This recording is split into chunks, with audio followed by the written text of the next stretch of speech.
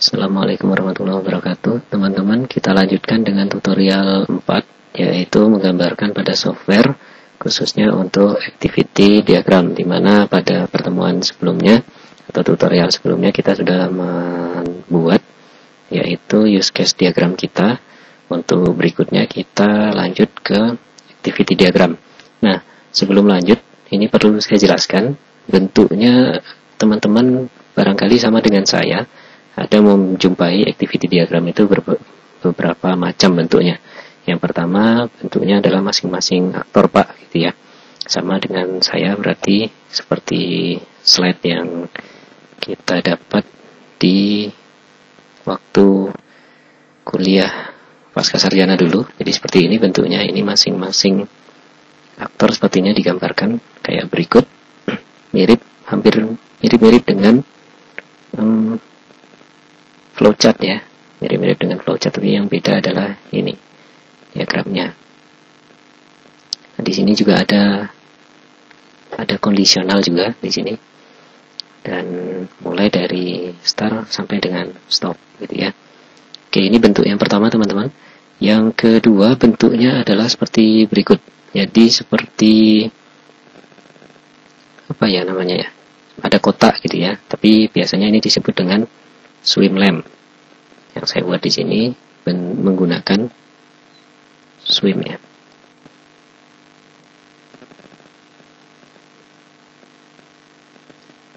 Swim lamp. Jadi ketika kita cari kemarin di sini bentuknya ada swim lamp. Jadi mirip dengan seperti berikut bentuknya.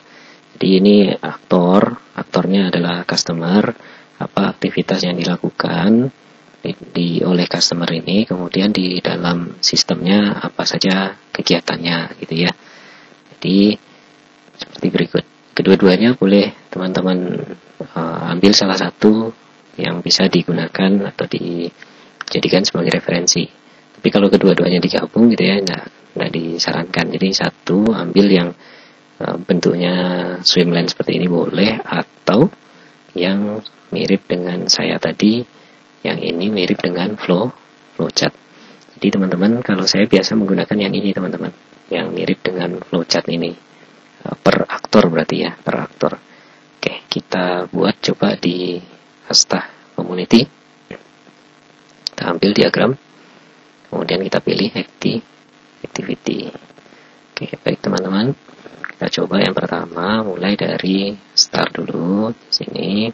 Kemudian biasanya idealnya teman-teman sebelum login ke sistem dibuat di sini, buat namanya login system, gitu ya. Nah, ini saya berikan kepada teman-teman mau menggambarkan yang si admin dulu atau si PTK dulu. Nah, kita coba dari administrator dulu ya teman-teman. Kita coba gambarkan dari admin dulu. Oke, ini kita beri panah sini. Oops, yang di bawah saja sebaiknya.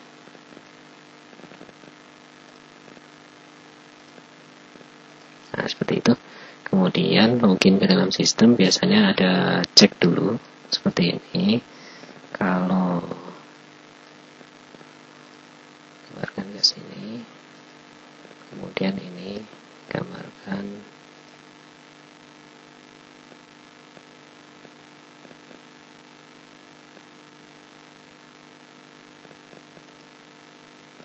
oke. Berikutnya kita gunakan fork node yang seperti ini. Oke, kemudian ini kita beri panah ke bawah berikut. Lalu ini kita bikin keterangannya di sini, surname dan password valid. Oke.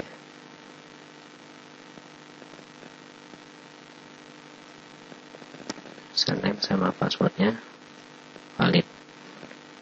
Kemudian saya beri label lagi yang ini, user name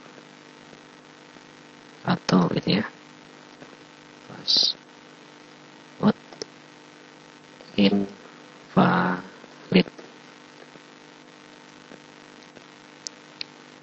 Maka prosesnya diulang kembali, username or password invalid, maka proses login lagi. Nah gitu ya. Oke, dari ini kita lihat lagi apa yang dilakukan aktor pertama, manipulasi isut data PTK. Oke, kita ambil lagi yang ini, actionnya memata PTK. Kedua kita bikin memata user atau data penggunanya. Kemudian yang ketiga adalah melihat rekap absen. Ketiga adalah melakukan absen. Nah, itu saja kita buat. Nah, tujuannya sama dengan yang di depan tadi. Ini teman-teman, kita susun dulu dari atas ini panah ke sini.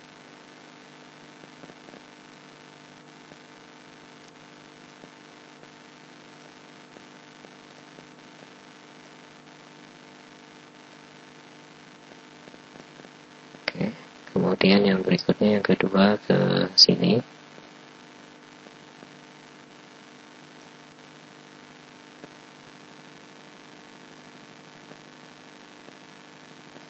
Baik, kemudian yang terakhir sebelum logout tentu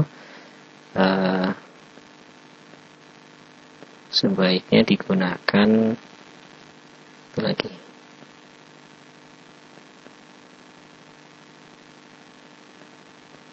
Ini kita buat seperti itu. Oke. Kemudian tahap berikutnya yaitu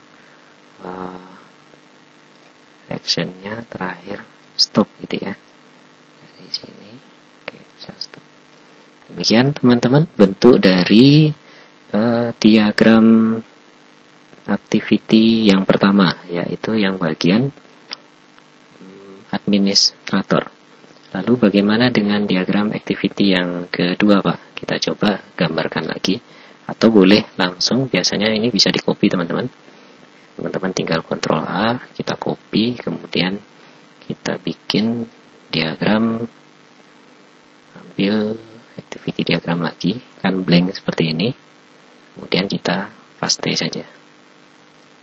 Oke, nah berikutnya hanya 3 proses, kalau tidak salah yang kemarin di semuanya, supaya rapi saya serahkan sebenarnya pada teman-teman. Kemudian yang ini kita ambil dari sini ya, dari use case kemarin. Yang pertama melakukan tempat ulang. Sudah, oh ya sama ya, lihat rekap. Baik, berikutnya teman-teman tinggal klik panah ke sini teman-teman. Teknisnya untuk rapi segala macam saya serahkan pada teman-teman.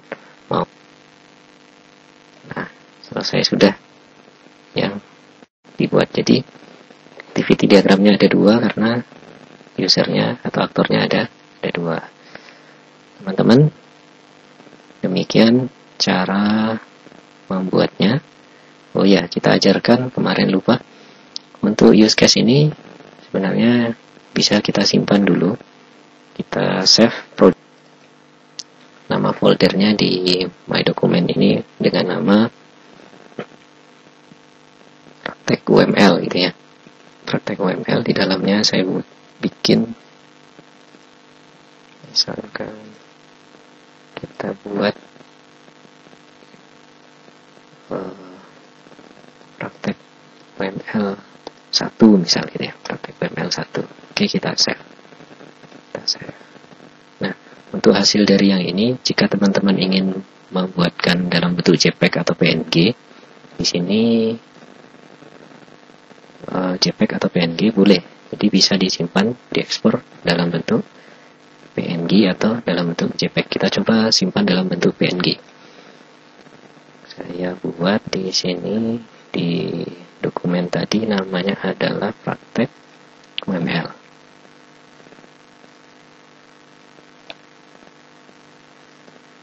Praktek UML. Saya buat saja diagram baru PNG-nya gitu ya. PNG, di dalamnya saya simpan. Use case diagram kita save. Oke. Berikutnya activity diagram ini kita save juga. Oops, ini kayaknya terlalu gak bagus ya. Agak terlalu lebar. Bentar teman-teman, kita rapikan dulu sebaiknya.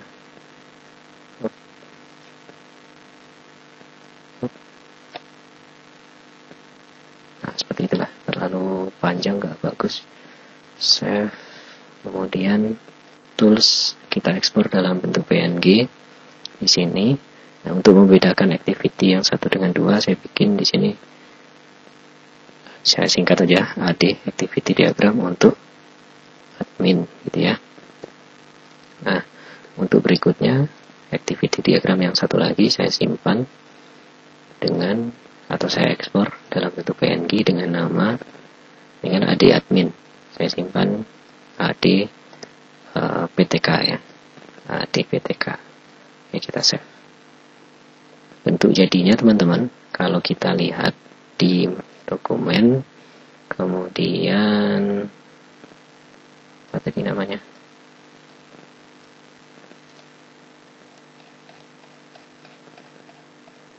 Praktek UML, PNG. Nah, ini sudah ada 3 macam. Jadi teman-teman tinggal ambil, mau dibuka dengan picture manager seperti berikut. Sudah jadi dalam bentuk PNG-nya.